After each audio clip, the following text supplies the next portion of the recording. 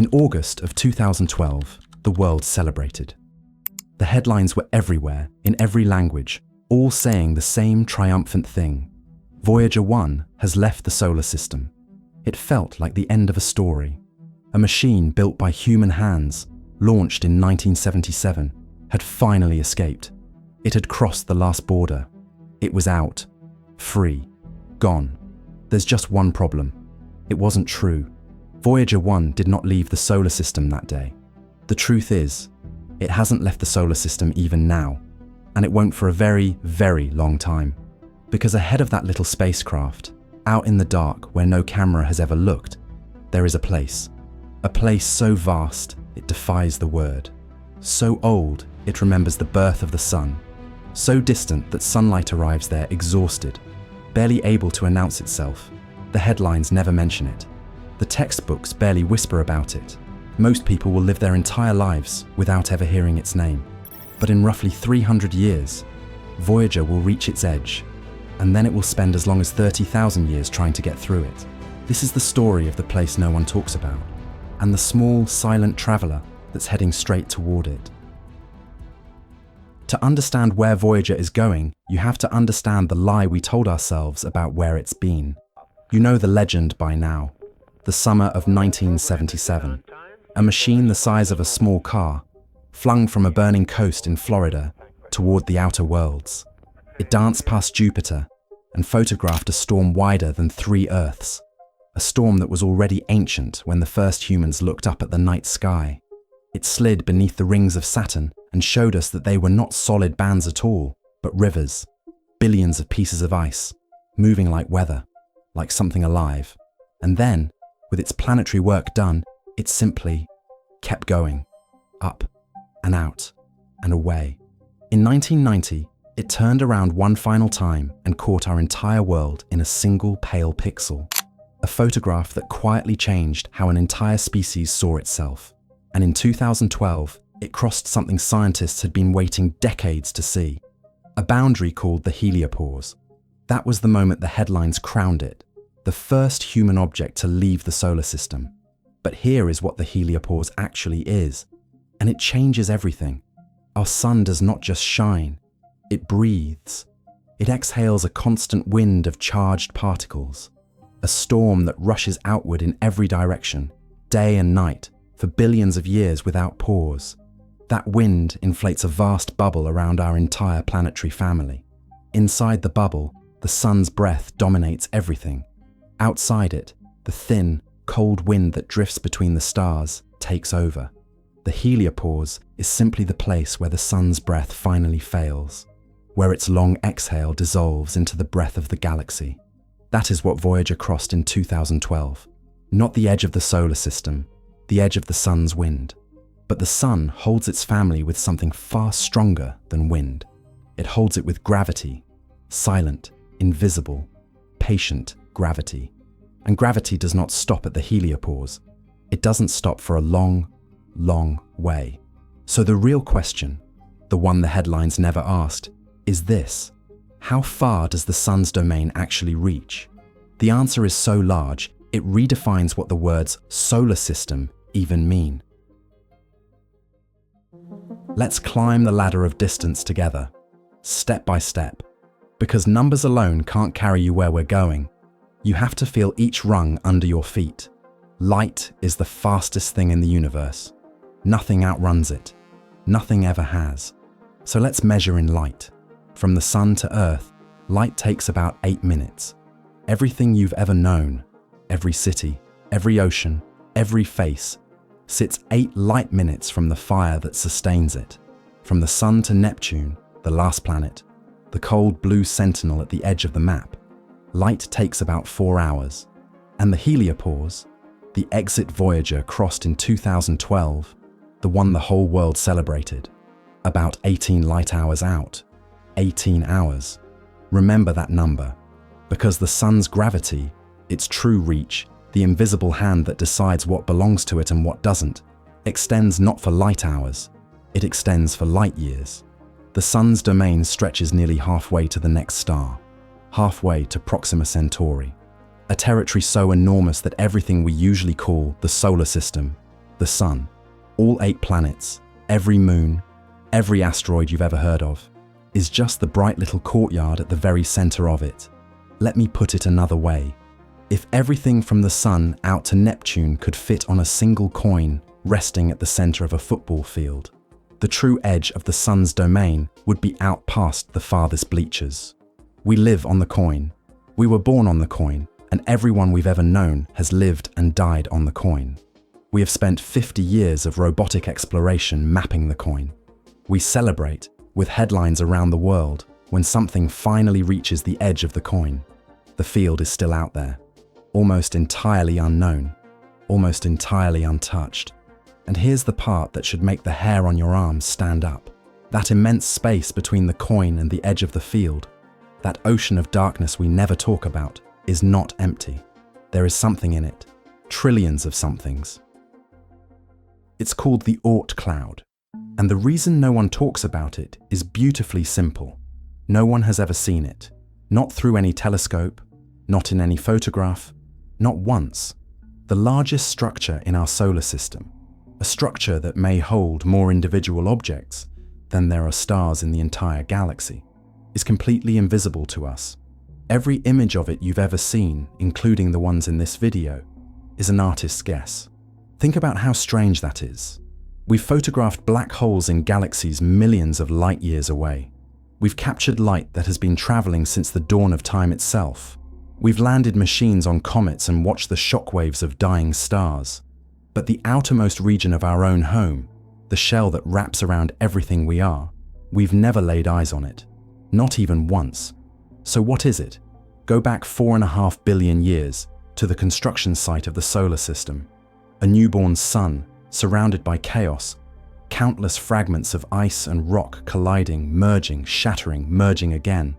Out of that violence, the planets were slowly built, but not everything got used. Trillions of leftover pieces, frozen, primordial, unfinished, wandered too close to the young giant planets and were hurled outward by their gravity, thrown out of the bright center, banished into the dark, yet never quite released. They couldn't fall back in, and they couldn't escape, so they stayed, drifting at the very edge of the sun's grip, slowed almost to a standstill, going nowhere for 4.5 billion years. A vast spherical shell of frozen worlds, surrounding everything we know, in every direction at once. Above us, below us, all around us. The leftover bricks of creation, swept into the basement of the solar system, and forgotten there since before the Earth had oceans. If you could stand on one of those frozen worlds, here is what you would see. Night. Permanent, absolute night. No sunrise has ever happened there. No sunrise ever will. And in that night, scattered among thousands of identical stars, one star slightly brighter than the rest, you could stare straight at it without blinking, without squinting, without feeling anything at all. No warmth on your face, no light to cast your shadow. That star is the sun, our sun, the same one that burns your skin on a summer afternoon. Out there, the sun doesn't warm anything anymore, it only reminds. But wait, if we've never seen the Oort cloud, not once, not ever, how do we know it exists at all? Because it sends us messengers. Every so often, something disturbs that frozen stillness. A passing star, perhaps, or the slow tide of the galaxy itself. And one of those drifting worlds is nudged, just slightly, and begins to fall. Falling for tens of thousands of years, faster and faster, toward the light. Until one night, it blooms in our sky as a comet with a tail of glowing dust. These long-period comets arrive from every direction. Not from the flat plane where the planets live, but from above, below, everywhere at once. Trace their paths backward, and they all point to the same answer. A spherical reservoir of ice, unimaginably far away, wrapped around the entire solar system. Comets are letters from a city we've never visited. We've been reading them for centuries, trying to imagine the streets they came from. And now, for the first time in human history, something we built is on its way to that city. Voyager 1 is the fastest long-distance traveler humanity has ever launched. It has been racing outward at around 61,000 kilometers per hour. Every hour, of every day for almost 50 years. It covers more than 1 million miles a day. It has never stopped. It has never slowed. It has never rested. And at that relentless, unimaginable speed, it will take roughly 300 more years just to reach the inner edge of the Oort cloud. 300 years just to arrive at the doorstep. Let's be honest about what 300 years means. You will not see it. Your children will not see it. Their children and theirs and theirs. 10 generations will be born, fall in love, grow old, and pass away while Voyager is still approaching. Nations that exist today may not exist then. Languages will have drifted into new shapes. The world that launched this spacecraft, the world of 1977, of vinyl records, hand-drawn blueprints, and engineers doing the math in pencil, will feel as distant to those people as the age of sailing ships feels to us. Somewhere in that future, a child will learn about Voyager in school the way you learned about explorers from centuries past. Not as news, as history, ancient history, still in motion. And through all of it, through every birth and every funeral, every war and every peace, every empire that rises and everyone that falls, that little machine will just keep falling outward through the dark, patient, silent, unhurried. Because here's the thing, by then, it will almost certainly be silent. Its power is already fading. Sometime in the next few years, Voyager will speak its last word, and then spend the entire 3-century approach in silence. When it finally crosses that invisible doorstep, around the year 2300, there will be no signal, no confirmation, no headline. The spacecraft itself won't even know. And then begins the part of this story that almost no one can truly accept. Reaching the Oort cloud takes 300 years. Crossing it could take 30,000. I want you to actually feel that number, because your mind will try to protect you from it. It will file 30,000 years next to a long time and quietly move on. Don't let it.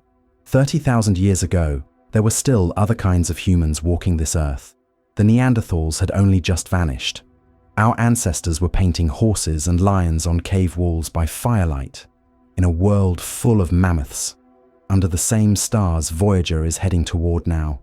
Everything you think of as history, Egypt and its pyramids, Rome and its roads, every empire, every religion, every book ever written, every name you've ever learned, all of it fits inside the last 5,000 years. Voyager's crossing of the Oort cloud will last 6 times longer than recorded history. 6 complete histories of civilization, beginning to end, 6 times over. That's one crossing. When it finally emerges from the far side, somewhere around the year 32,000, if anything of us remains, it may not remember building it. Whatever walks the earth then may look up at the night sky with no idea that one of their oldest ancestors' machines is still out there, still moving, still carrying their story. The spacecraft could outlast the memory of its own makers, not in some distant galaxy, but before it has even finished leaving home. And here is the cruelest, most beautiful paradox of the entire journey. The Oort cloud holds trillions of objects, trillions of frozen worlds, some the size of mountains, some the size of cities, perhaps some large enough that you could walk their surface for weeks and never cross them. And Voyager will almost certainly cross the entire thing, without ever passing close to a single one of them, because the cloud is not crowded. It is the loneliest crowd in existence. The distance between one frozen world and its nearest neighbor can be millions of kilometers of absolute nothing. If you stood on one of them, you would never see another. Not as a shape, not as a shadow, not even as a moving point of light. Your nearest neighbor would be invisible for your entire existence. Trillions of islands, an ocean so wide they never see each other, each one utterly alone in the most populated region of the solar system, a desert made of trillions of things.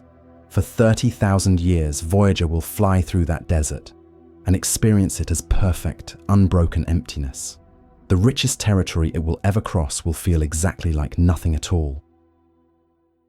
Let's talk about what Voyager will actually be during those 30 millennia. Sometime in the next few years, the engineers say it could be very soon, Voyager's failing power supply will drop below the minimum it needs to speak.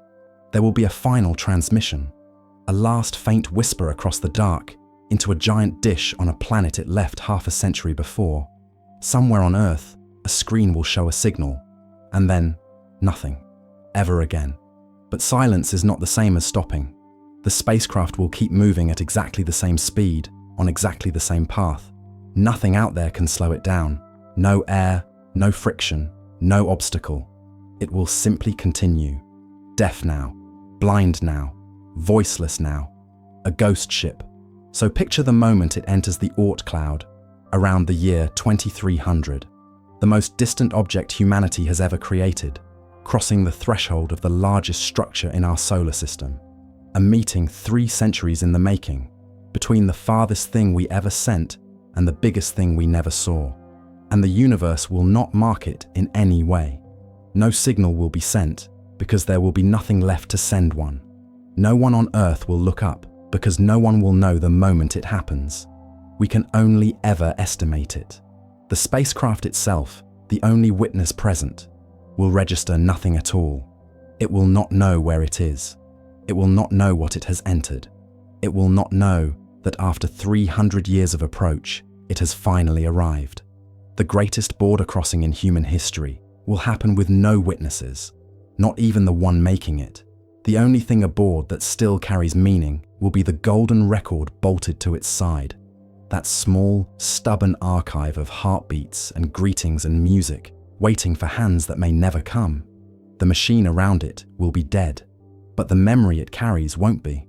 A ghost ship, sailing a sea of invisible islands, carrying the voices of a world that has long since stopped calling, for 30,000 years. And then, one day, somewhere around the year 32,000, it will happen.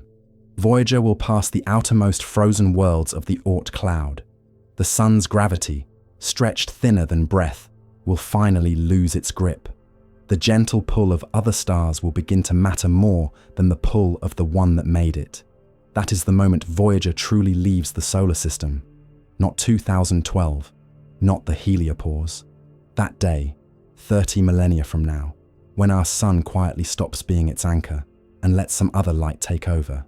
But here is the final twist, the one that reframes everything. Out there, at the true edge, the borders themselves begin to dissolve. The sun's Oort cloud may stretch so far that it brushes against the outer reaches of other stars' clouds. The basement of our solar system may blend almost seamlessly into the basement of the next. Frozen worlds that belong to no one, drifting in the space between owners. Which means there may be no outside at all. No clean line where our home ends and the galaxy begins. Just a slow fading of one star's influence into another's. Domains of different lights, passing the traveler from hand to hand, like a child carried between rooms while sleeping. And that leaves us with a question that's hard to sit with. We've been exploring space for less than a single human lifetime, and we call it the space age. We've sent our fastest, most determined traveler, and after 50 years of flawless flight, it still needs 300 more just to reach the doorway out of the yard, and 30,000 beyond that to walk through it. If it takes 30 millennia to leave your own front gate, what does it really mean to say we've explored space? So no, the headlines weren't true. Voyager never left, but they were wrong in the most beautiful way possible. Because the truth is gentler than the headline. Voyager isn't escaping the solar system. It's making the longest farewell in human history. A goodbye that takes 30,000 years to finish saying. And maybe that's the right way to see the Oort cloud too. Not as an obstacle, not as some cold final barrier between us and the stars, but as the last thing of ours the traveler will ever touch. Every frozen world in that cloud was made here, built from the same ancient material as the earth beneath your feet, in the same forgotten construction site, and scattered outward at the very beginning. The cloud is family. Old, dark, distant family. The relatives who left before the house was finished, keeping watch at the edge of the property ever since. When Voyager drifts among them, it will be passing through the sun's oldest memories on its way out the door. And the spacecraft itself will not suffer any of this. It will not count the years. It will not feel the cold deepen. or notice the sun fading star by star behind it. It has no waiting in it, no loneliness, no fear of the dark. For Voyager, there is no such thing as 30,000 years. There is only motion, the same quiet, faithful motion it has trusted since 1977. One direction, no turning, no regret. Somewhere in the year 32,000, in absolute silence, a small dead machine will drift past the last frozen world of the Oort cloud. No instrument will record it. No voice will announce it. No light will mark the moment. The sun, a faint spark among thousands by then, will finally, fully let it go. We always said Voyager left the solar system. The truth is gentler. The solar system is still letting her go. Slowly, carefully, the way you let go of something you love. If this journey moved you, the story of Voyager's final years, the moment this November when she crosses a full light day from Earth, and the countdown to her very last transmission, is right here. It's the chapter that comes just before this one. The dark is patient, so is she.